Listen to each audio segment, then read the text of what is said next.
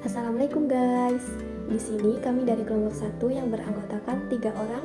Yang pertama, saya sendiri Siti Stianingsih, Ulfa Fatimatu Zahra, dan Hasan Ahli-Zudi. Kami akan memaparkan sedikit materi tentang landasan filosofi, yuridis, politik, dan sosiologis dalam pembentukan peraturan perundang-undangan di negara Republik Indonesia.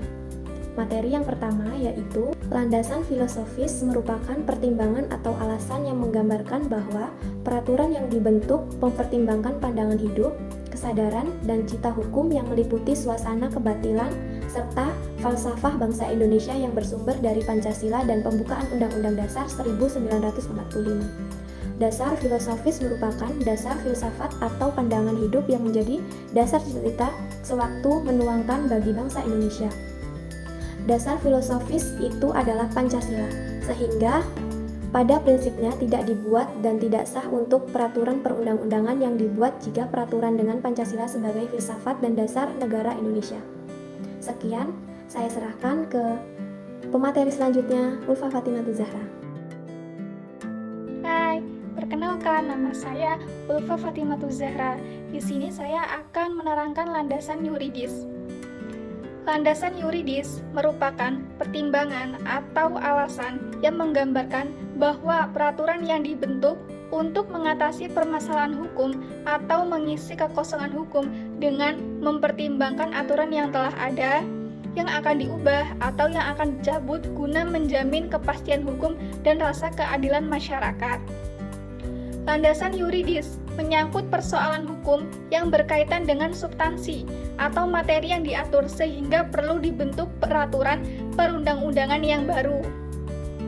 Beberapa persoalan hukum tersebut yaitu peraturan yang sudah ketinggalan, peraturan tidak harmonis atau tumpang tindih, jenis peraturan yang lebih rendah dari undang-undang sehingga daya berlakunya lemah, peraturan sudah ada tetapi tidak memadai atau peraturannya memang sama sekali belum ada. Materi selanjutnya akan dibaca oleh Mas Hasan. Halo guys, nama saya Hasan Ahli-Zudi. Saya akan menyampaikan dua materi nih. Yang pertama yaitu landasan politik dan yang kedua yaitu landasan sosiologis. Nah, yang pertama yaitu landasan politik. Dalam perspektif politik, hukum dijadikan hasil atau keluaran dari proses politik atau perumusan kebijakan publik dan hasil pertimbangan.